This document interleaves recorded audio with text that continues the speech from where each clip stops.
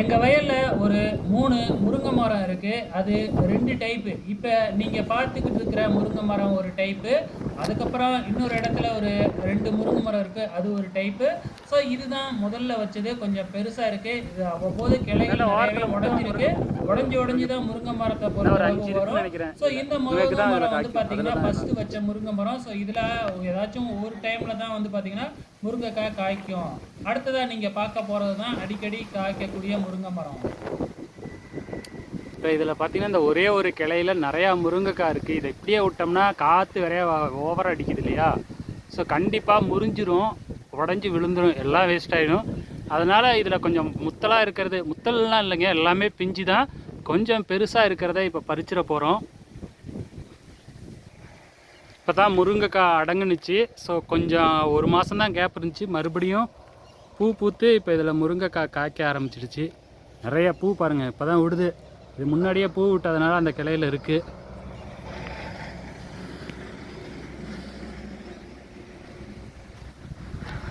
இந்த சீசனில் முருங்கைக்காய் காமிக்கிறது வந்து பார்த்திங்கன்னா கொஞ்சம் ரேட் அதிகம் தான். ஸோ இந்த சீசனில் முருங்கைக்காய் விற்கிறவங்களுக்கும் நல்ல லாபம். ஸோ இதுக்கு முன்னாடி ஒரு சீசன் அப்போ முருங்கைக்காய் வந்து பார்த்திங்கன்னா கிலோ 10 ரூபாய்க்கெலாம் போணுச்சு. அப்போ நிறைய முருங்கைக்காய் இருந்துச்சு. ஆனால் இப்போ காய்ச்சிருக்கு இல்லைங்களா, இப்போ ரேட்டு வந்து கொஞ்சம் அதிகமாக தான் போகுது. கிலோ 40 ரூபா வரைக்கும் போகுதுன்னு நினைக்கிறேன் முருங்கைக்காய். இப்போ அப்படியே பாருங்கள், இந்தாண்ட ஒரு முருங்கை மரம், மொத்தம் 3 முருங்கை மரம் இருக்குது. அதில் குறிப்பாக இந்த முருங்கை மரம் தான் ரொம்பவுமே பெஸ்ட்டுன்னு சொல்லுவேன். ஏன்னா முருங்கைக்காய் வந்து பார்த்திங்கன்னா கிலோ 100 ரூபாலாம் விற்கும். அந்த டைமில் தான் இந்த முருங்கை மரத்தில் வந்து நிறையா முருங்கைக்காய் காய்க்கும். ஸோ அதுக்காகவே இந்த முருங்கைக்கட்டையை வந்து அக்கா வீட்டில் இருந்துச்சு. ஸோ அந்த முருங்கைக்கட்டையை வெட்டி எடுத்துகிட்டு வந்து காட்டில் வச்சுட்டோம்.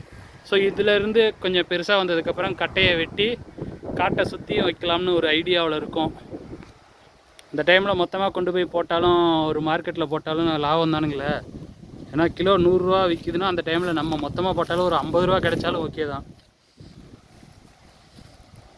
தெரியுதுண்டா?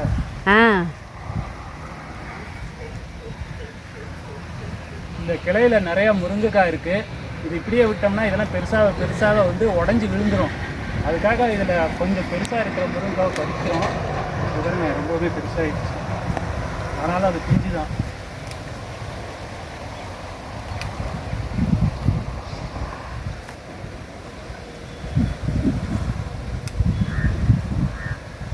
இந்த 3 முருங்கைக்காவும் கொஞ்சம் பெருசாக இருக்குது.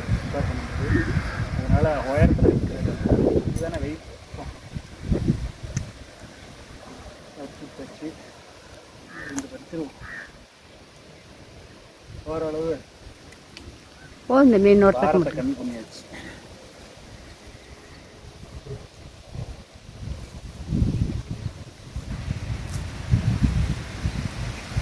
ஸோ ஒரு 9 முருங்கைக்காய் அறுத்துருக்கு. இது அரிக்கல்லாம் விழுந்து போனோம் அந்த களை ஒட்டிக்கிட்டு.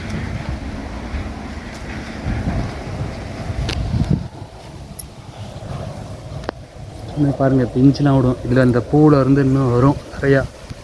இப்போ நிறையா பூ இருக்குது. பூ பாருங்கள், மரம் ஃபுல்லாக. ஸோ இதில் வந்து இதுக்கு முன்னாடி நிறையா கிளை இருந்துது. நான் தான் உடச்சிட்டேன். இன்னும் அந்த கிளையும் உடைக்கணும். ஹைட்டு விடக்கூடாது. ஹைட்டு விட்டால் உடஞ்சி விழுந்துடும். பாருங்கள், இதெல்லாம் உடச்சிருக்கேன். அதேமாரி இன்னும் உடச்சி இன்னும் ஹைட்டாக போகிறது எல்லாத்தையும்.